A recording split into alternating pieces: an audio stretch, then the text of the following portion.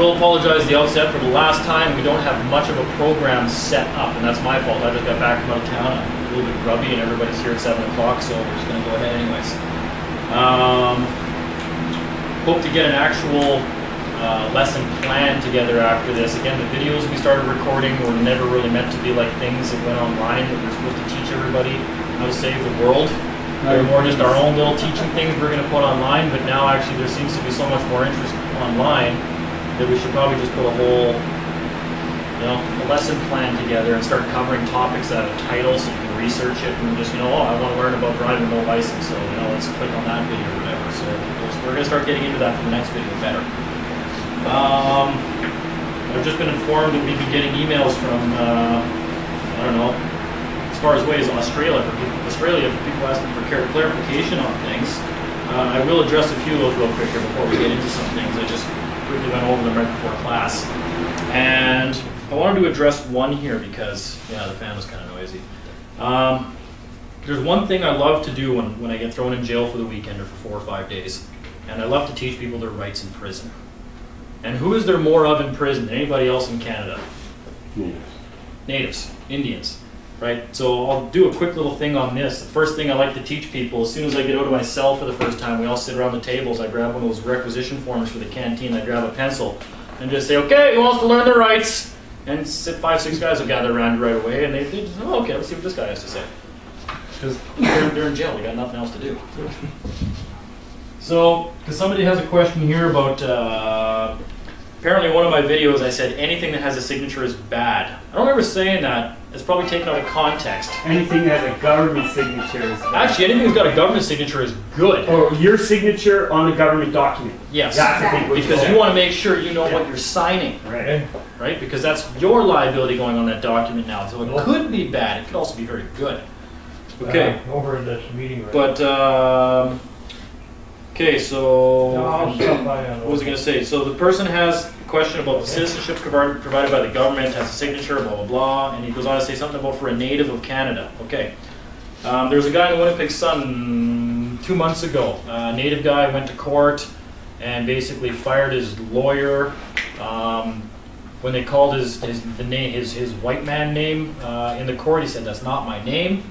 And then when they said, well, what is your name? And he spoke his name in his own language. And they said, well, how do you spell that? And, he's being a little belligerent and said something like, it's not a written language. You have an idiot kind of thing, right? And got into it with him. And then he said, Canadian law doesn't apply to me. And he said, I'm an Aboriginal. Your laws don't apply to me, okay? Fatal mistake made right in that word. And that's the first thing I like to teach Native people. So I'm going to I want to put that on here because I'm sorry, I've spent lots of time with them now in the jails, and I'm going to tell you, 90% of them don't deserve to be there. I'm an Aboriginal.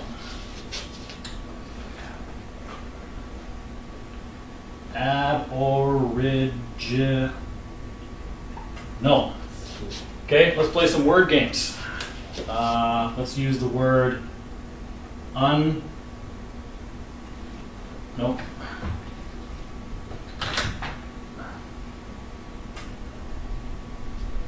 Unclean.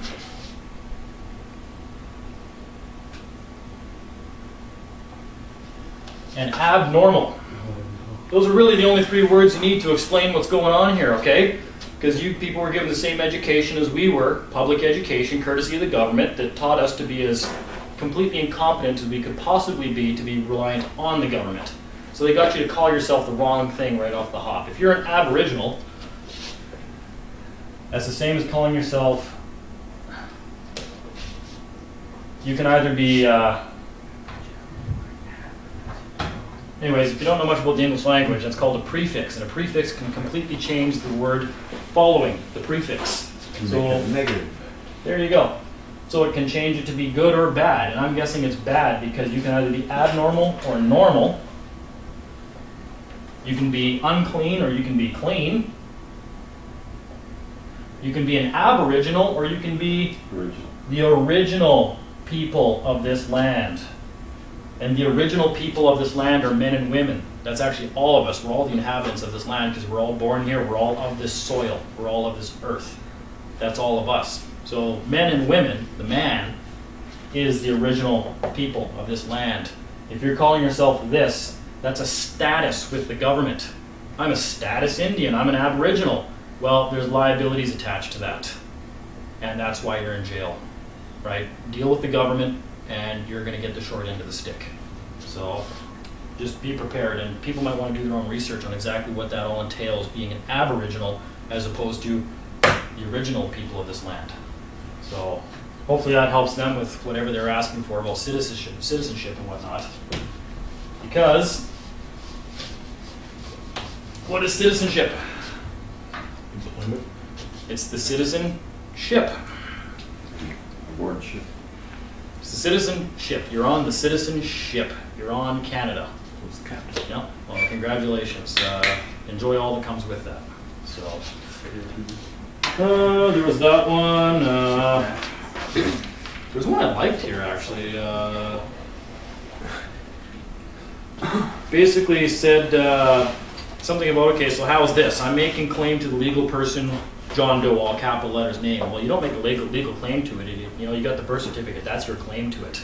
You don't need to proactively make more of a legal claim to something you've already got proof of owning all the equity in already. I will hereafter be known as, you can call yourself anything, man. My friends have some names for me that I wouldn't really like to put on camera. You know, my dad calls me son. Call yourself whatever you want to be called at, but don't be afraid to just call yourself by the, you know, the upper lowercase version of your own name. Never be afraid of that, but differentiate it. If you're in police custody and they ask you for your name, never give it verbally, ever. Ask for a piece of paper and write it down, or spell it out and say capital D, lowercase e, lowercase a, lowercase n, and then spell out your last name the same way. So there's no misunderstandings, because you could be saying anything when you just say it out loud verbally, right? So anyways, whereas I understand that I am the director, administrator, president, CEO, king, and chief of said legal person. Great. Make up whatever title you want, as long as it sounds very authoritative, right?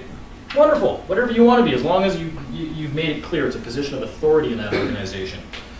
Therefore, I ask that all affected parties send me proof of claim of anything they allege I cannot do. That'd be a spin-off what we talked about with the new Ecor there last week, where, you know, why send them a 50-page document of your right to wash your underwear first thing in the morning before you leave for work, right? You send them something saying, hey, even though I don't think you guys are really telling me I don't have human rights, I just want to clarify, is there something you're claiming I can't do?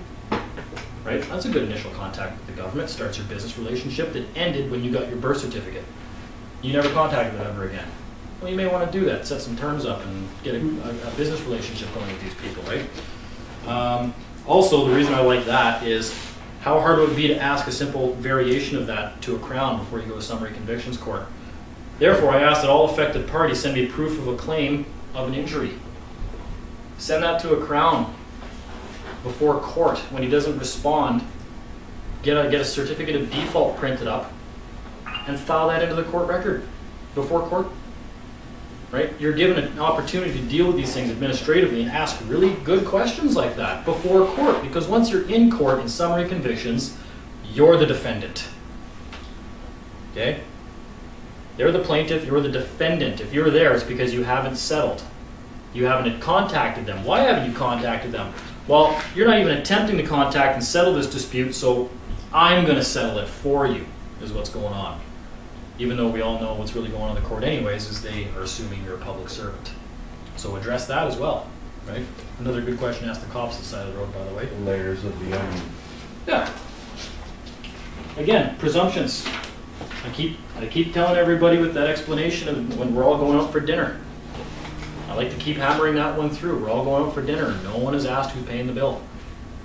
Right? So just keep that in mind. Every time you're dealing with government, any time they speak to you, they make you an offer, they contact you, you want to get all the presumptions out of the way so there's nothing left to interpretation later. Because they'll interpret anything they want. Interpret. Sorry, not interpretate. I don't think that's a word. Anyways. Okay, so a lot of people have asked about driving. Everybody wants to get rid of their licenses and drive without a license plate, which is a great idea if you're willing and able to make the arguments at the side of the road. You're willing to get arrested and be beaten and thrown in jail. If you're willing to have your car towed at least once and thrown in the impound and never get it back ever. That's happened to me twice now. Don't do it unless you're sure that you're, in your convictions, you want to start the free man process, and because they're going to start testing us all a lot more in the next little while here, because more and more of us are waking up every day and starting to drive around with our own plates and question authority, and oh boy, slave masters don't like it when the slaves get uppity, so they'll start to beat us a little bit harder before they let any of us really start to get away. So let's go over driving. I got a suggestion. Yeah. Lease the vehicles.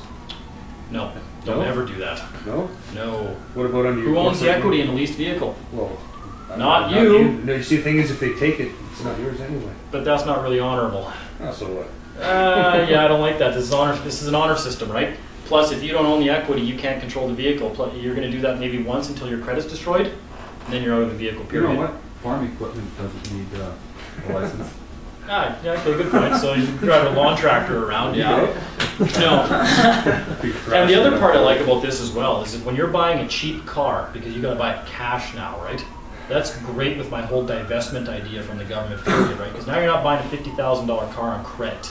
There's no interest payments. You're not paying $3,500 in GST alone on that vehicle anymore, which is just straight to the government profits, right? To feed their bloated organization, where they're just going to have more money to hire more cops to beat more of us at the side of the road. So now you're buying a cheap car, you're not paying taxes on it because you're not registering it. So they lose out on that revenue, which they should, because this is private. This is all in the private. We're keeping everything that we do more into the private realm and keeping it out of the public realm, which we know a public license plate, a public servant driver's license. Government, to get jurisdiction, has to get you to apply for all these things in the public. Public insurance, public this, public that. It's all bad. Insurance is a scam anyways. It's impossible, we just spoke about that before class today, it's impossible for somebody else to assume liability for your actions. It's impossible. That's an insurance scam. Anybody who shows up with a suit and tie and says, hey, just sign here and we'll pay for any kind of damages you cause when you're out and about, right? It's impossible. It's a scam. Like I said, I can't pay anybody here money to go punch somebody else in the face and say, don't worry about it, I'll assume liability for you punching them in the face.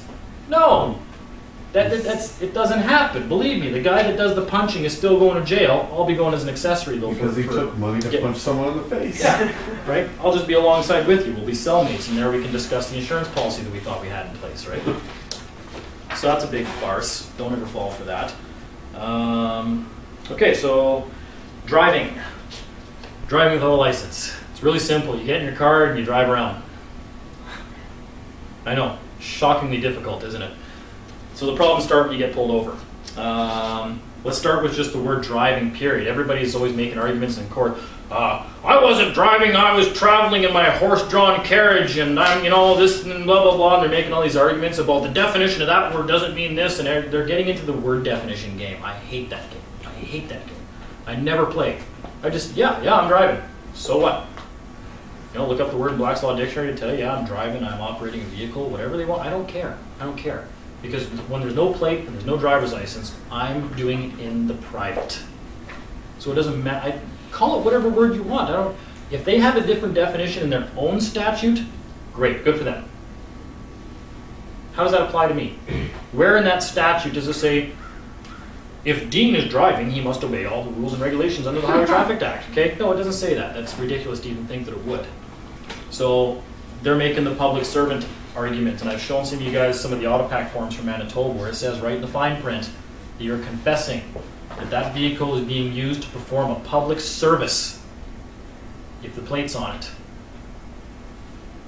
So it's all trickery. They're trying to, again, you have to realize this. None of this would really stand up to scrutiny in the real world, but they know they're never going to be in the real world against us. They know we don't know what to do. Most of us can't even defend ourselves in summary convictions, let alone then go on the offensive and go after these people and put them in their place, right? So they're really pretty not worried at all about all this deceptive wording they're using in these non-contracts. So driving, the first clue something is wrong is when they charge you under the Highway Traffic